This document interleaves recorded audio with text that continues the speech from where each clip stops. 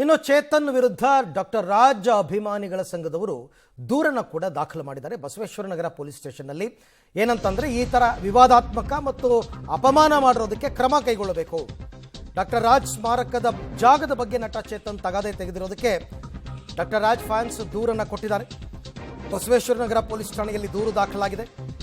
ಚೇತನ್ ಹಿರಿಯ ನಟ ರಾಜ್ಗೆ ಅವಮಾನಿಸಿದ್ದಾರೆ, ಕೋಟಿ ಕೋಟಿ ಅಭಿಮಾನಿಗಳ ಮನಸ್ಸಿಗೆ ಧಕ್ಕೆ ತಂದಿದ್ದಾರೆ, ಚೇತನ್ ವಿರುದ್ಧ ಕಠಿಣ ಕ್ರಮ ತೆಗೆದುಕೊಳ್ಬೇಕು ಅಂತ ದೂರು.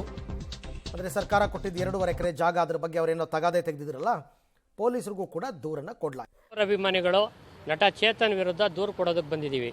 ಚೇತನ್ ಅವರು ಸಾಮಾಜಿಕ ಕೊಡಕ್ಕೆ ಬಂದಿದ್ವಿ. ACP ಅವರು ರೌಂಡ್ಸ್ ಹೋಗಿದ್ದಾರೆ.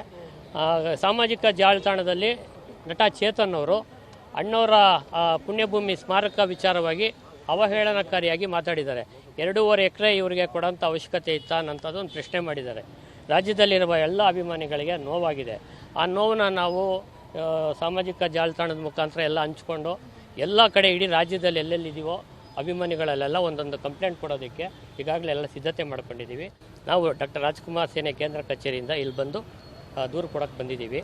ಆತ ಬೇಷರತ್ತಾಗಿ ಸಾಮಾಜಿಕ ಜಾಲತಾಣದ ಮುಖಾಂತರವೇ ಕ್ಷಮೆ ಕೇಳಬೇಕು. ಅಣ್ಣವರ ಅಭಿಮಾನಿಗಳು ನೋವಾಗಿದೆ, ಅಲ್ಲಿವರೆಗೂ ನಾವು ಹೋರಾಟ ಮಾಡ್ತೀವಿ ಅಂತ ನಾವು ಒಂದು ಉದ್ದೇಶ ಇಟ್ಕೊಂಡ್ಬಂದಿದ್ದೀವಿ. ಡಾಕ್ಟರ್ ರಾಜ್ಕುಮಾರ್ ಅವರಿಗೆ 2.5 ಎಕರೆ ಅವರೇನು ಉಚಿತವಾಗಿ ಕೊಟ್ಟಿಲ್ಲ ಸರ್ಕಾರಗಳು. ಅಣ್ಣವರು ಈ ನಾಡಿಗೋಸ್ಕರ ಸಾಕಷ್ಟು ಕಷ್ಟಪಟ್ಟಿದ್ದಾರೆ. ಅಣ್ಣವರಿಲ್ಲ ಅಂದರೆ ಕನ್ನಡ ಚಲನಚಿತ್ರ ರಂಗನೇ ಇಲ್ಲ. ಅಂಥ ಸಂದರ್ಭದಲ್ಲಿ ಅಣ್ಣವರು ಕನ್ನಡ ನಾಡಿನ ಸಾಂಸ್ಕೃತಿಕ ರಾಯಭಾರಿಯಾಗಿ ಈ ನಾಡನ್ನು ಉಳಿಸೋದಕ್ಕೆ ಸಾಕಷ್ಟು ಹೋರಾಟಗಳನ್ನ ಮಾಡಿದ್ದಾರೆ.